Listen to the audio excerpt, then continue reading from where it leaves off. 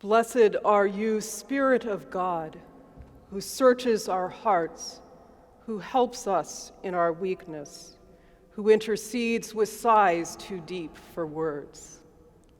Amen. The kingdom of heaven is like a group of mothers who, upon hearing the cries of a dying son and the righteous rage of those who see themselves in his face, leave their homes to keep vigil through the night with them in clouds of tear gas. The kingdom of heaven is like a young minister who organized marches for voting rights and freedom. When he ascended to political power, he led an annual pilgrimage to that road where he was brutally beaten for prayerful and nonviolent resistance. The kingdom of heaven is like the combining of feeble forces, like that quixotic quest after that which cannot be possessed. And the kingdom of heaven is rather unlike any coloring book of yore, angel-laden as they often are, or a comfortable ideal of perfection. That is the good news, and let anyone with ears listen. Too many of us have inherited images of God and God's reign that exploit our weakness, deter our participation, and actually separate us from the experience of God's love. In today's reading from Paul's letter to the Romans, we may hear or think or argue against ideas like, if God predestined just a few special people, and their specialness is revealed by life more or less working out for them, that could be a sign that any hardship of mine is God losing patience with me, or maybe God hasn't chosen me at all. And any hardship in the world, it's a sure sign of God's condemnation. And then we can think to ourselves, is that love? It's entirely to the contrary. Paul presumes the divine presence in suffering, sighing, and groaning that cries out for God. God is not merely out there and beyond, but God is in here, immediate, among us, and especially when the unholy powers of separation press upon us. And speaking of power, it's easy to hear or argue against God, the divine authoritarian, who makes good products by the brute force of his holy arm. Again, entirely to the contrary, but the translation is a little bit misleading here. It reads that all things work together for good for those who love God. All things work together for good for those who love God. And in Greek, that word work together is synerge, in English synergy. Sin means with, and it signals that there are at least two actors, and it means that the good effects of their combined actions is more than the sum of their parts. Goodness is being brought to life by synergy, by our creative participation with God, and God's with us in all things. If God is working with us in all things, there is literally nowhere within or beyond where God and God's love is not.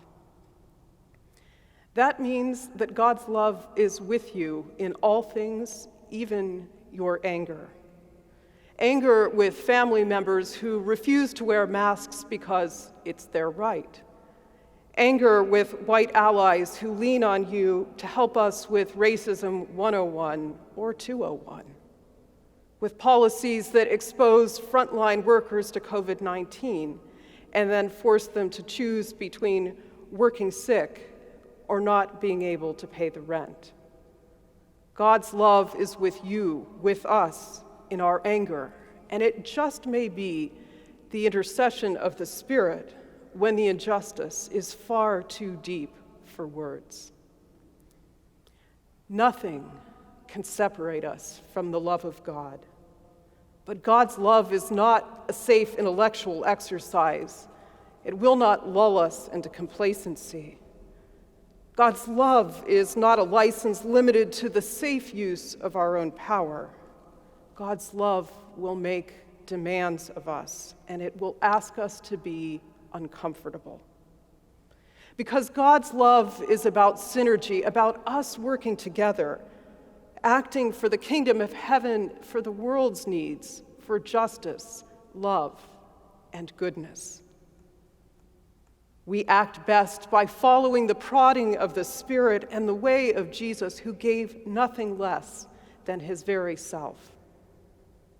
If God is for us, who can be against?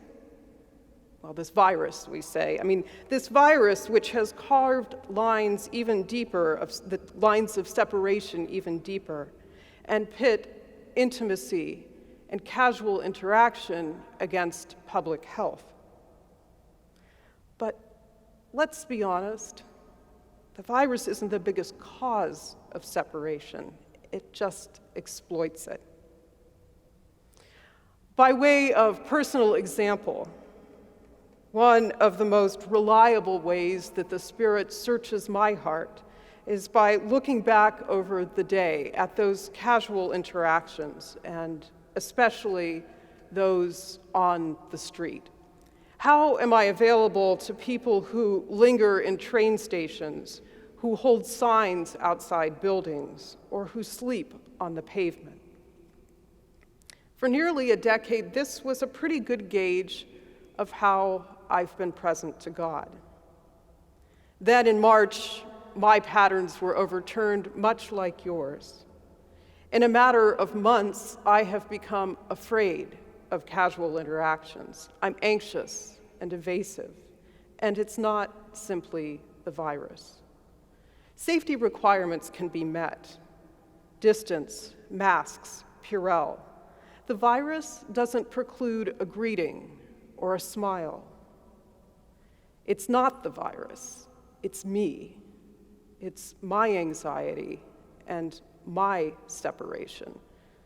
And knowing that I have to work on that so that I can be an authentic participant in God's love.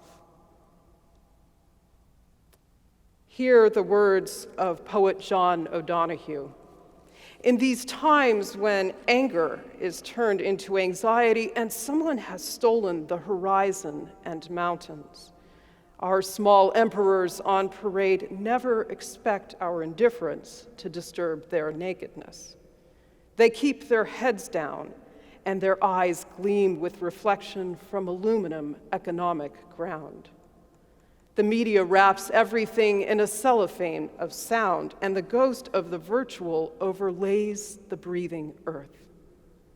The industry of distraction makes us forget that we live in a universe. We have become converts to the religion of stress and its deity of progress, that we may have courage to turn aside from it all and come to kneel before the poor, to discover what we must do, how to turn anxiety back into anger, how to find our way home. Wherever we find ourselves on the intersecting ladders of economics and identities, there is always someone clinging to a lower rung. The virus is not the highest barrier to knowing and loving them.